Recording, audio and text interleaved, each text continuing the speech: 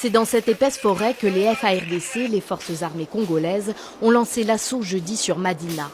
Elles auraient repris cette zone considérée comme le QG des ADF, des rebelles d'origine ougandaise, accusés de massacres dans le territoire de Béni depuis des années. Les pertes sont importantes dans les deux camps. Nous avons perdu, votre armée a perdu 30 militaires sur cet axe. Du côté de l'ennemi, sur cet axe, on a neutralisé 40 EDF. Ici, nous donnons le bilan de cadavres vus. L'armée congolaise aurait identifié 5 corps de chefs de guerre ADF parmi les victimes. Elle a aussi récupéré des armes, des munitions et plusieurs bombes artisanales. La prise de Madina pourrait donc être un tournant. Elle intervient plus de 2 mois après le début d'une offensive des FARDC contre les rebelles ADF, 2 mois pendant lesquels plus de 150 civils ont été tués en représailles.